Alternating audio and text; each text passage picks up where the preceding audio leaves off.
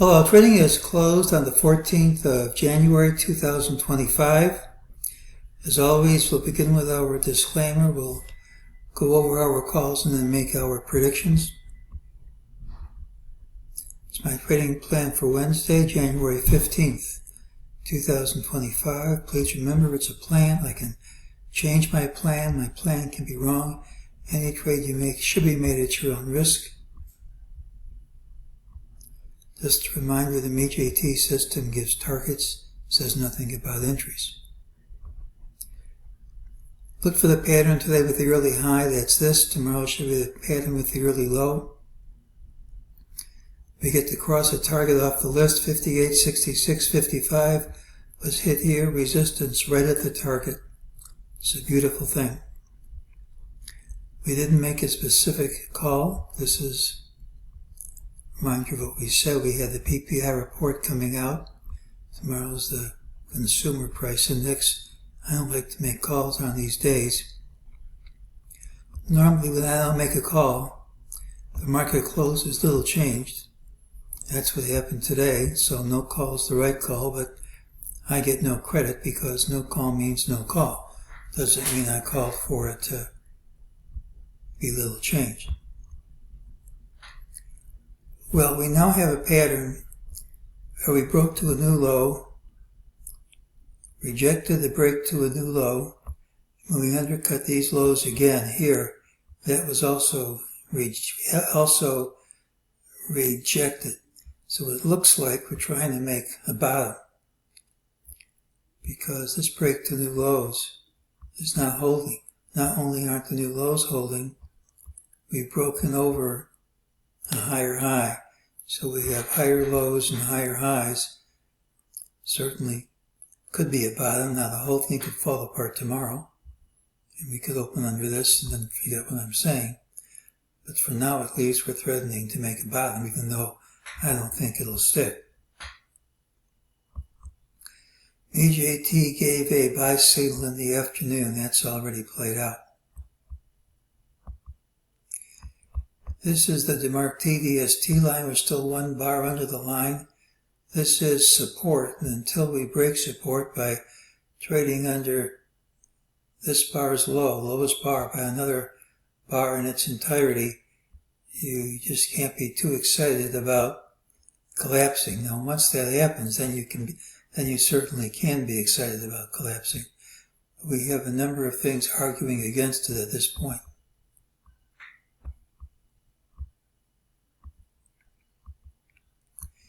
Here was a great opportunity for the market to drop. We have multiple lows, went under all of them, and now at the close, we're really, you can see we've overcome multiple lows.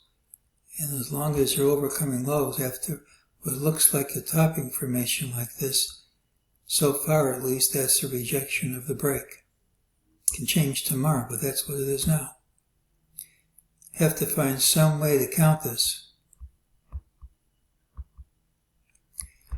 But we're all set to call for a low at 57.90 cash. We didn't undercut it by much, and that's too much for me. So we'll have to look at this ABC in blue and green C and see if there's some other way we can count it.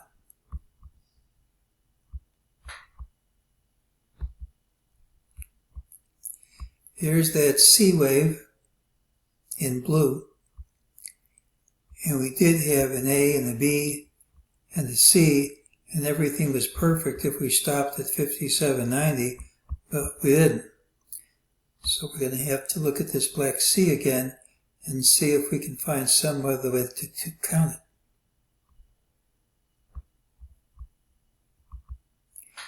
Well, here's the A and here's the B, and here's an alternative count for the black C. If this is A, you can count an A, B, C in red for B with good fibs, and if black C ended here, you can see that gold C is a good Fibonacci relationship with gold A. And since black C and black A don't have to have a fib relationship, if this holds, which we don't know yet, but if this holds, that could be the end of it. But what gets interesting is if that isn't the end of gold C, what if that's just red A of gold C? If that's red A of gold C, and that's red B of gold C, if C equals to A, we get pretty much our 5790 number where everything balances out, with wave C being expanded flat. Now, just because it looks pretty, that doesn't mean it's going to happen. I mean, this could hold, or the whole idea could collapse. I don't know. But if we do drop here, the 5790 and then reverse, that's an if. If that happens, everything is back in gear. And if we keep going up, even though I think it'll fail eventually, there's a clean count which explains things.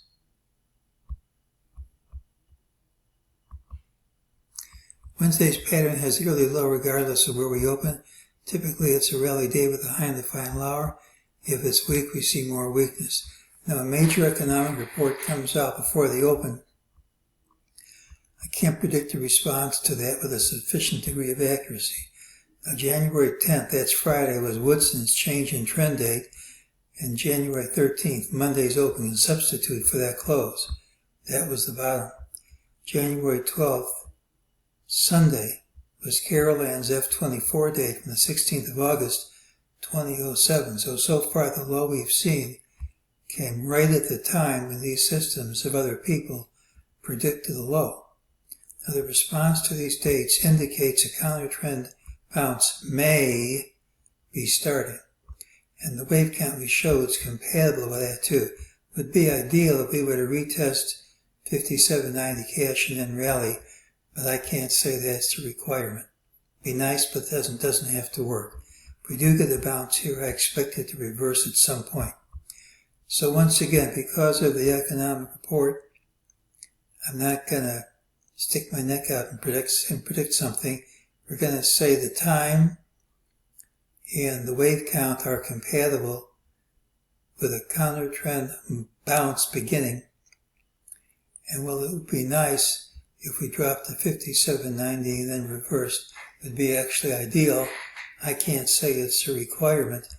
And right now, it looks like we're getting a counter trend rally. And how high it's going to go, I don't know. I think it'll fail at some point. But tomorrow's the pattern with the early low, and usually it's a bullish day. And until the economic report comes out, I'm keeping my powder dry.